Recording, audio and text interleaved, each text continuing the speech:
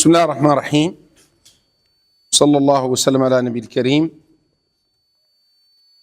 إن الحمد لله نحمده ونستعينه ونستغفره ونستهديه ونعوذ بالله من شرور أنفسنا وسيئات أعمالنا. من يهده الله فلا مضل له ومن يضلل فلا هادي له، وأشهد أن لا إله إلا الله وحده لا شريك له، وأشهد أن محمدا عبده ورسوله صلى الله عليه وعلى آله وأصحابه وسلم تسليما كثيرا. رب اشرح لي صدري ويسر لي أمري واحلل عقدة من لساني يفقه قولي. سبحانك لا علم لنا إلا ما علمتنا إنك أنت العليم الحكيم، وما توفيقي إلا بالله عليه توكلت إليه أنيب. السلام عليكم ورحمة الله وبركاته. Comme l'a dit Abdelrazak, le Hajj est le 5e pilier de l'islam, et c'est le pilier de l'islam où il nous a été dit explicitement liman istata ilayhi sabila, c'est-à-dire que pour faire le Hajj il faut en avoir les moyens, et les savants disent que les moyens qui sont demandés pour le Hajj, c'est des moyens financiers et des moyens physiques. Maintenant, pour aller au Hajj, il faut pouvoir le faire physiquement. Parce que le Hajj n'est pas une mince affaire. Et malheureusement, dans notre sous-région, pendant longtemps, nos parents ont pensé que pour faire le Hajj, il faut être vieux. Pourquoi?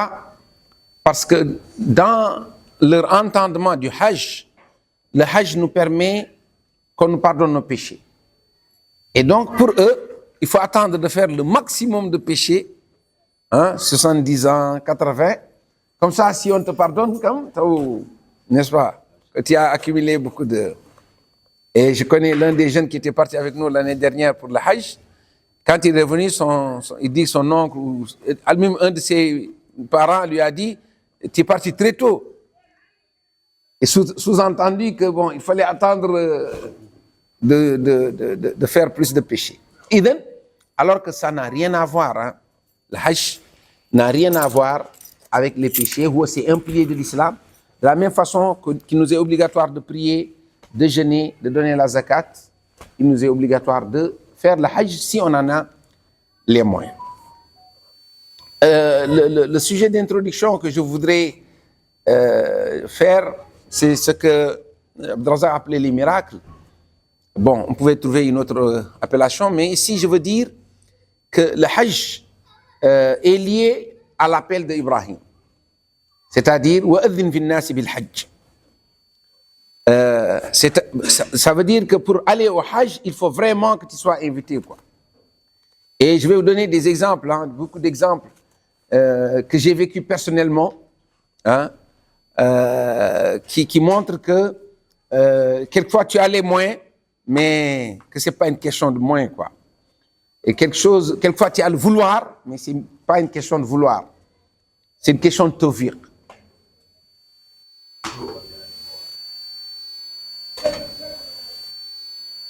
C'est comme vous voulez. Idan, prends le micro si ça ne fait pas de...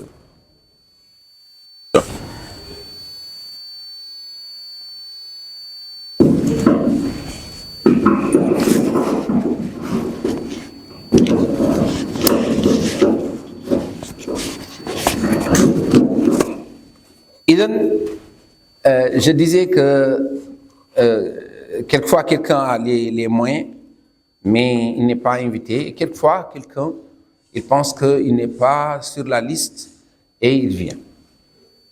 Je vais commencer par moi-même.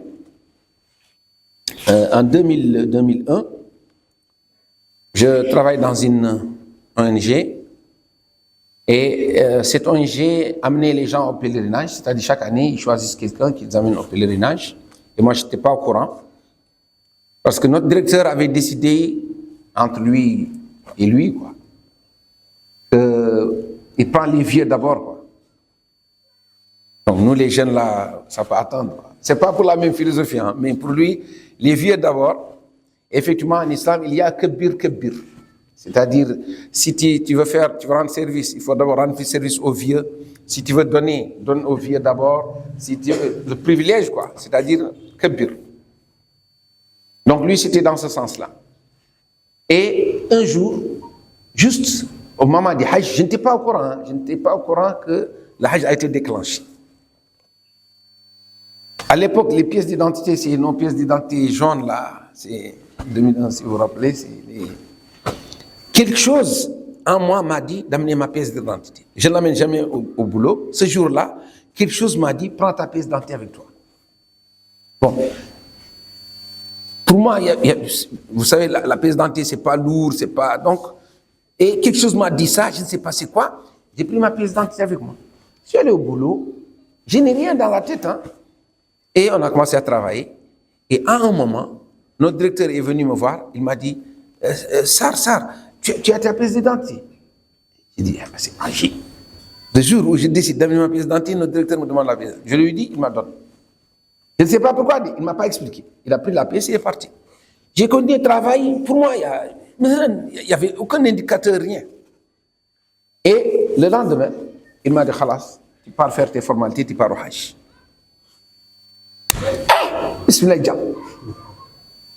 Alors, je vais comprendre plus tard, plusieurs choses que je vais vous expliquer. Alors, à l'époque, il y avait des passeports que les Mauritaniens faisaient, qu'on appelle le passeport du Hajj. C'est-à-dire, c'est un passeport provisoire pour le Hajj. Si tu reviens du Hajj, il est caduc, quoi, il est nul, quoi. Je suis parti, j'ai fait les formalités, donc ils m'ont payé tout le billet, quoi. C'est-à-dire, à l'époque, on part avec l'État. Les agences n'étaient pas très effectives. Et quand je suis revenu, avant de partir, notre directeur m'a expliqué, il m'a dit, tu sais, c'est Dieu qui décide des gens qui partent au Hajj. Il m'a dit, cette année, j'avais ciblé quelqu'un et cette personne habite à l'intérieur du pays. Notre directeur l'a appelé pour qu'il parte au Hajj. Et il est venu sans sa pièce d'identité. Et ce jour-là où j'ai pris ma pièce d'identité, c'était le dernier jour des inscriptions. Donc le gars, il a quitté Bogué, jusqu'à Nouakchott sans pièce d'identité. Donc quand il est venu, notre directeur lui a dit, donc c'est toi qu'on a décidé que tu partes au Hajj cette année, donne-moi ta pièce d'identité. Il dit, hey Guillaume, j'ai pas amené la pièce. Donc il n'avait pas le temps d'aller retourner, tout ça. Donc il a regardé l'âge, pratiquement j'étais le plus âgé parmi le groupe. Il est venu, il m'a dit, tu as ta pièce, je lui ai dit, Donc imaginez-vous, c'est vous dire, subhanallah, c'est pas prévu, c'est pas dans mon programme. Je n'étais pas au courant qu'il y avait le processus du Hajj, parce qu'à l'époque, nous on travaillait avec les orphelins, on était débordés, donc si on a les rapports et tout ça là, on ne sait pas qu'est-ce qui se passe dans la ville. Et Dieu a décidé que je vais aller au Hajj. Donc ça, c'est un indicateur pour vous dire que si Dieu décide, vous savez, c'est lui qui est ciblé, mais en réalité, c'est moi que Dieu a ciblé. Donc lui, le staff avait dit que c'est lui parce qu'il est plus âgé et tout, mais en réalité, voilà quoi, c'est moi qui ne suis pas, comme disent les Arabes, c'est-à-dire je n'étais pas dans le programme, c'est moi qui vais partir au Hajj. Le deuxième miracle, c'est que 2 ans plus tard, quand je suis revenu du Hajj, on avait fait un constat, moi et 2 amis. L'un d'entre eux, je pense que certains d'entre vous le connaissent, le Cheikh Ali Cissé. À l'époque, Ali Cissé était étudiant en Syrie et on a rencontré un autre jeune Mauritanien qui venait d'Égypte, le Cheikh Hamidou Cissé. Donc Hamidou était en Égypte et Ali Cissé était en Syrie et on s'est retrouvés au Hajj. On ne se connaît pas, on ne s'est jamais vu auparavant.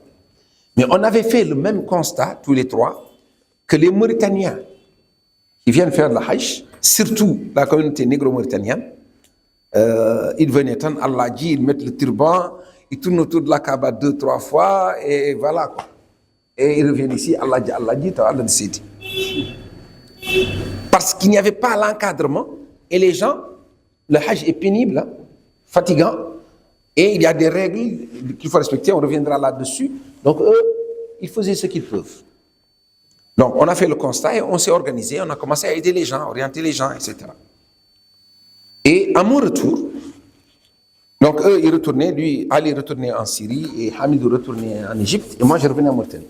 Je leur ai dit, je ferai l'effort de faire parvenir aux autorités mauritaniennes le constat qu'on a fait, que les Maures blancs et les Haratines, on ne sait pas qu'est-ce qui se passe là-bas, mais les nègres mauritaniens là, les poulards, les Soninké, les Wolofs là, le Hajj là laisse à désirer. Il n'y a pas d'encadrement, il n'y a pas d'orientation, etc. Quand je suis revenu, je suis allé voir le ministre concerné et j'ai demandé une audience, il me l'a accordé. En fait, il accorde une journée de rencontre avec tout le monde et je lui ai fait part de la chose. Il m'a dit, si le Hajj approche, rappelle-moi cet aspect-là. À la veille du Hajj, je suis revenu le voir et il a mis mon nom comme encadreur. Et moi, j'appelle ça la corruption douce, quoi. C'est-à-dire, il me prend, moi, pour que je me taise, quoi. Je suis parti et je me suis rendu compte qu'une seule personne ne peut pas encadrer tout ce monde-là. Et surtout qu'il y a les Soninké, moi, je ne parle pas sonique. Donc, les Wolofs et les Poulards, je pourrais me débrouiller, hein. Et les autres, voilà, quoi. Débrouillez-vous. Donc, il faisait un peu avec le français ou l'arabe, al-muhim. On essaie, mais ce n'était pas ça ce qui était voulu. En 2003 ou 2004, ils m'ont amené également. Il y a un autre ministre qui est venu. Je suis venu le voir pour la même histoire. Il a fait la même chose. Et à la veille du Hajj, j'en viens au miracle, hein, à la veille du Hajj, j'ai pris un taxi et mon épouse était avec moi et on partait dire au revoir à mes parents. Vous savez, dire au revoir, ça veut dire que les choses sont scellées, quoi. J'étais parti pour informer mes parents que je pars au Hajj et que la date était fixée. Je connaissais même dans quel vol je partais, etc. Et arrivé chez mes parents, je leur ai parlé que voilà, l'État va m'amener comme encadreur et tout ça. Et au retour, on a pris un taxi et mon épouse m'a dit, je vais partir avec toi. Bon, quand elle m'a dit ça, pour moi, elle plaisante, quoi. Elle n'a aucun sou. Moi, je n'ai pas d'argent. Et elle va partir avec moi. J'ai pensé qu'elle plaisantait et elle était sincère. Et je lui ai dit, bismillah, Arta. Tu vas partir avec moi, bismillah. Il faut couper un billet, prendre un visa, ou tout. Et, subhanallah, le fait qu'elle était sincère, c'est-à-dire elle voulait vraiment partir, le lendemain, on a un ami que certains d'entre vous connaissent, Mohamed Moussa. À l'époque, c'était Air Mauritanie. Air Mauritanie existait encore. Il travaille à Air Mauritanie. À Air Mauritanie, il y a un directeur qui devait aller au Hajj et qui a fait un accident et qui ne pouvait plus partir. Et il bazardait son billet, quoi. Il le vendait pour tout ce qu'on lui offre, quoi. Parce que les choses étaient scellées, hein. Tout était pratiquement... Il ne restait que les visas sortent, quoi.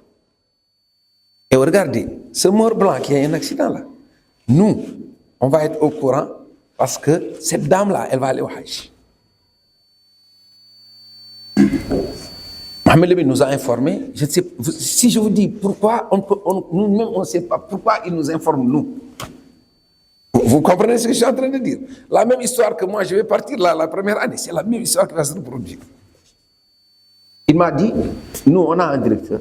Il voulait partir au Hajj, il ne peut plus partir, il y a un accident, et il demande qu'on lui donne quelque chose, et il met la personne à sa place. Et j'en ai informé. J'ai dit, bismillah, toi, ton occasion en or est là. Il n'y avait plus de place.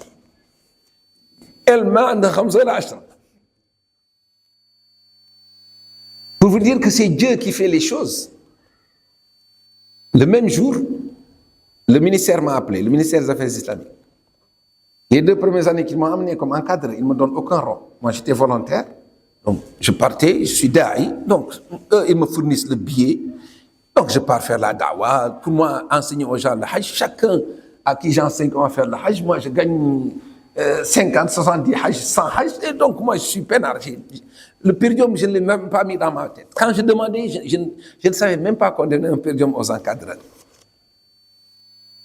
Ils m'ont appelé. Et ils m'ont donné $1000. Vous savez, les $1000, c'est quoi? C'est le billet de madame. Moi, je n'ai rien, je n'avais rien. Et tu vois, quand on a eu cette information, le ministère m'appelle le même jour. Tu vois, après, on va voir le puzzle, tout. On va se rendre compte que ça, c'est-à-dire tout ce qui s'est produit, c'est des miracles. Et j'ai appelé madame. J'ai dit, tu vas partir. Le gars, il dit, tout ce qu'on lui donne, on a $1000. Le gars, on lui a parlé, il dit, d'accord. Moi, là, on est venu, donc on a entamé la procédure. Maintenant, lui, elle, tout était scellé, hein, les vaccins étaient faits, tout était fait, et elle n'avait encore rien fait. Pour les vaccins, comme son père travaillait, il s'est retraité du ministère de la Santé, donc il s'est débrouillé pour qu'on lui fasse le vaccin. Maintenant, il restait l'avion. Et elle est bornée à ce qu'elle va partir avec moi dans le même vol. Les vols étaient déjà scellés. Et il restait un jour. Et on a fait tout ce qu'il y avait à faire. Il restait seulement à régler la question du vol. Donc, mettre son nom à la place de l'autre. On est parti à Air Mauritanie. Ils sont là où ils étaient quand ils fermaient, à côté de la radio. Si vous dépassez la radio, le carrefour là. Ils étaient juste au virage. Le bâtiment qui est resté longtemps, oui, je pense jusqu'à présent, il n'y a rien. C'est toujours fermé.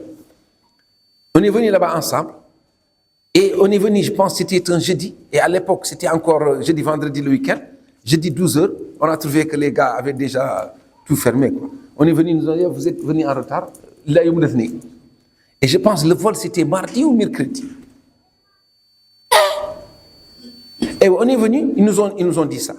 Donc, c'était cuit, quoi. Si on ne règle pas ça maintenant, lundi, c'était trop tard. Alors, on était découragés et une délégation du ministère du Hajj est venue. Ils m'ont vu. Imam, qu'est-ce que tu fais là? J'ai dit, j'ai un problème. Ton problème est réglé? Ils sont venus régler le problème. Ils sont venus régler le problème. Je leur ai dit, voilà, mon épouse va aller au Hajj et on n'a pas réglé ça. Ils ont, où est le directeur? Il faut la mettre avec Imam dans le même vol. Et plutôt, ils ont réglé. Ça, c'est la direction du Hajj. Et on avait loué leur avion, donc ils ont réglé tout de suite. Je vous dis, tout ce que je vous dis ici, là, c'est incroyable. Ça s'est produit comme ça. Chaque fois que quelque chose se ferme, le déblocage vient tout de suite. Et nous, on n'a pas appelé les gens du ministère. Vous comprenez? Et c'est eux qui sont venus et ils ont réglé. Et subhanallah, cette dame, finalement, est partie avec moi dans le même vol. Et elle a fait son hajj, alors que, là, c'est Abdelazar dit, moi, je vais aller au hajj maintenant. On va lui dire, bismillah, tu vas aller au hajj là. C'est la même chose, hein. Elle n'a pas d'argent. Il n'y avait plus de place. Et Allah a ouvert toutes les portes pour qu'elle parte avec nous. Je vais vous citer 2 autres ou 3 miracles ces dernières années. Il y a 2 ans, marhaban, Cheikh Ali, marhaban. Il y a un notable mauritanien qui est venu me voir à la maison ici, il y a 2 ans. Nous, on avait déjà finalisé tout ce qui concerne le Hajj. Donc, nos billets étaient réglés. Mais c'est tout, quoi. C'est l'année dernière. On avait tout réglé. Et nos visas étaient déjà sortis. Et lui, il est venu tranquillement me voir à la maison. Il est venu, j'avais un cours. Et il a attendu quand j'ai fini. Il m'a dit, mon fils, moi et mon frère, on va aller au Hajj. Je l'ai regardé bizarrement et je lui ai dit, mais vous étiez où? Ma réaction c'était, parce que le Hajj là, tout était déjà, il y avait 2 mois. Lève-toi, descends, achète, vous terminez. Et eux, ils attendent la dernière minute. Et il vient, il va là, je vais partir. Je dis, mon père, toi, tu étais. Il m'a dit, j'étais ici. Il dit, toi, quand tu n'étais pas ici. Toi, tu vas aller au Hajj, vos billets sont prêts et tout. Et le Hajj, je lui ai dit, moi, je n'ai plus de place. Moi, mes visas sont déjà sortis, mes billets, il m'a dit, ah bon? J'ai dit, voilà. Et je lui ai dit, attends, je vais appeler mes collègues et je vais voir au cas où. Mais eux, Dieu avait décidé qu'ils vont aller au Hajj. J'ai appelé un de mes collègues, il m'a dit, moi, je n'ai plus rien. Mais il y a un de nos collègues qui a 2 places.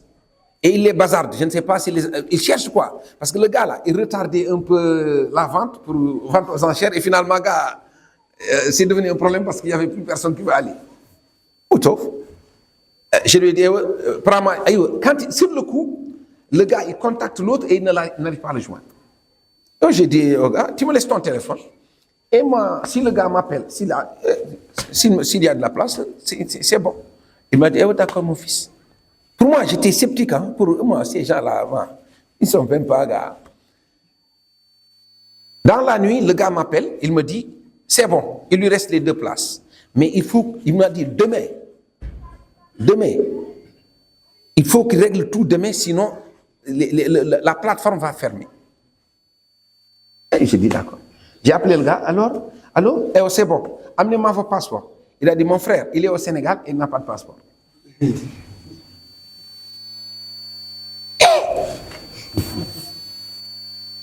J'ai dit, mais vous là, vraiment. Il m'a dit, quelle est la solution? J'ai dit, manque bien d'aller.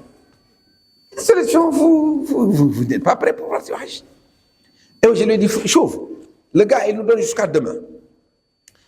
Appelle ton frère tout de suite, dis-lui de prendre le vol. Et je me suis rappelé Houyeti. Je lui ai dit, et ton frère, il n'a qu'à faire le passeport par Houyeti, par le biais de Houyeti.